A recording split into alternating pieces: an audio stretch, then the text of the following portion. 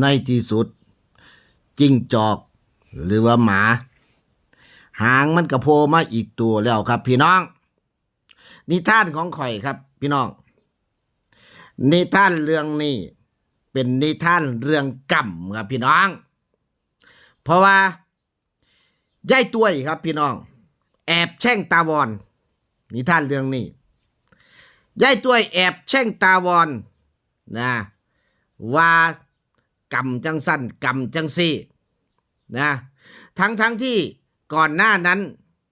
ก็มาขออาศัยบารมีเขานะแบบว่านายเจ้าของแพ้ก็เลยแบบว่าเจ็บใจแทน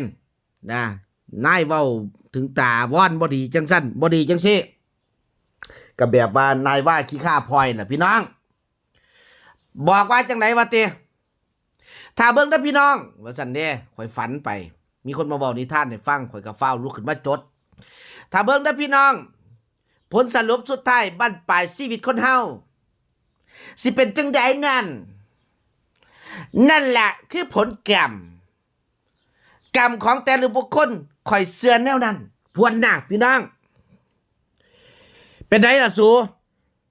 กรรมแล่นต่ำสูสู่ผู้สู่คนบ่ซุมื้อนี่เป็นจังไดนะกรรมตามท่านครับกรรมตามท่านแน่ตกงานแบบบ่มีค่าตกตกใจตกงานแบบบ่ได้ตั้งหลักกรรมวะบัดนี้ก็สิได้สะสมใจอยากสิไปเก็บเขาอยากสิไปยังก็อยากสิไปตัดอ้อยอยากสิไปกรีดยางอยากสิไปขุดมันได้เต็มที่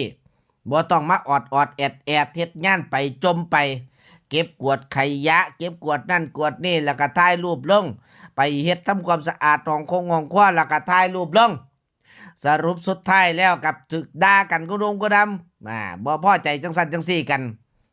แม่นบ่พี่น้องนี่แหละคนเฮานี่นะอยู่ซื่อๆบ่เป็น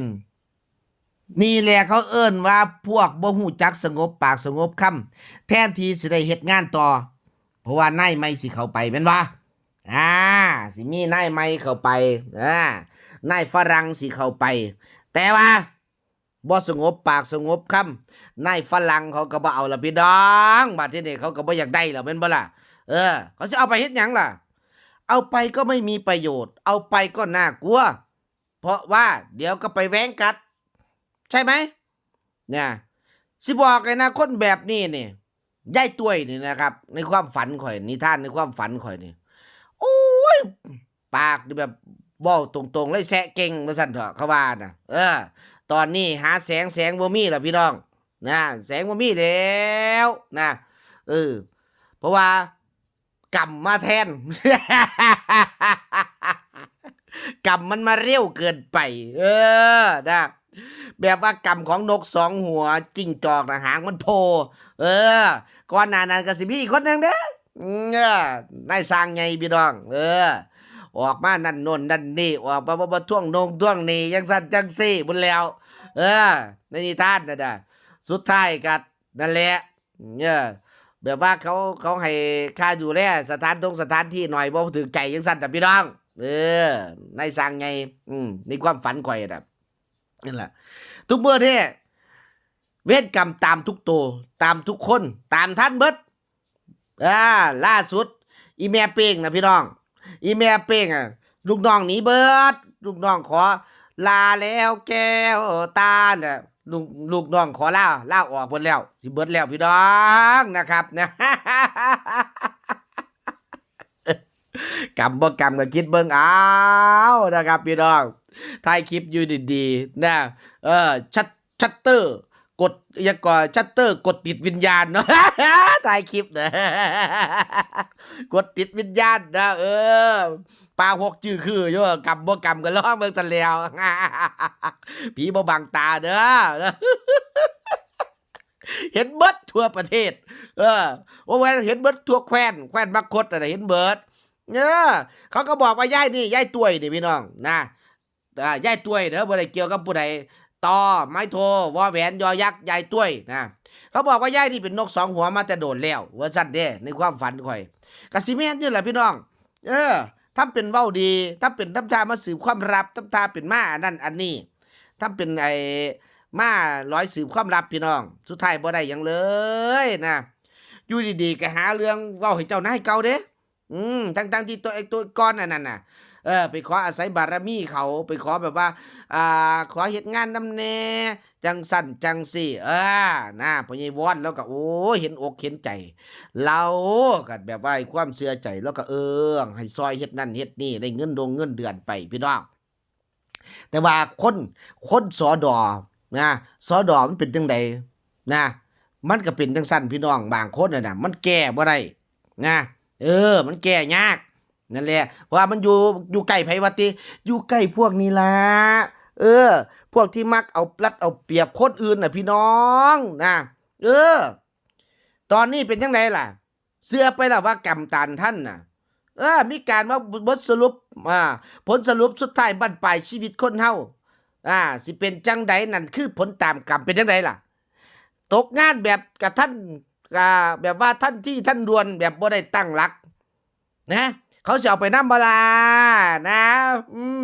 ยายเป๋อสิเอาไปนำบ่ล่ะต้วยเอ้ยต้วย สงสัยเขาสิปล่อยถิ่มไว้ดีหรือเปล่านะหรือว่าเขาสิเอาไปนำว่านะเขาสิเอาไปนำเป็นหยังตอนนี้เขาบอกว่าเขาอยากอยู่กันแค่2คนเขาบ่อยากยุ่งวุ่นวายกับไผแล้วนะเขาขี้คร้านแล้วบักไอ้นั่นน่ะบัก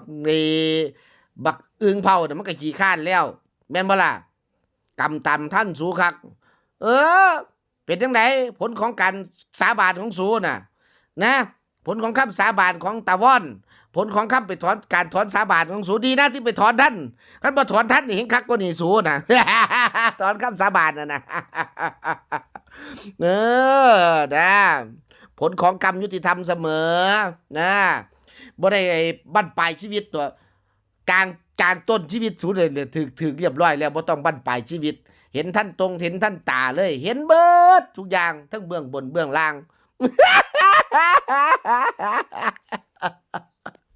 เบื้องบนเบื้องบนเป็นไข่อยู่เบื้องล่างนี่ปลาหกกับหกยังมีหนามาบอกว่าแค่นี้เองคือจังบ่สะทกสะท้านนี่ล่ะพี่น้องแค่นี้เองว่าซั่นเด้โอ้ยเนาะเอากำท่านตาเบิดนะถูกฟ้องนะคดีกับแพ้นะเสื้อผ้าหน้าแพ้ก็หลุดมันนี่ตกงานพร้อมบางคนนะ สมนำนา